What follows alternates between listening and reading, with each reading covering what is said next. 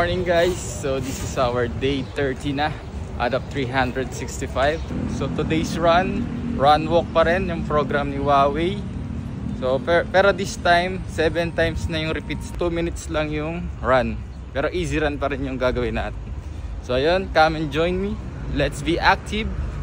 1K 903, 2K 749, 3K 731. So that's our day 30 out of 365. So natapos na natin yung run walk series natin sa Huawei. So I hope I encourage you to be healthy. So always start your day with a smile. So be wealthy, be healthy, stay active.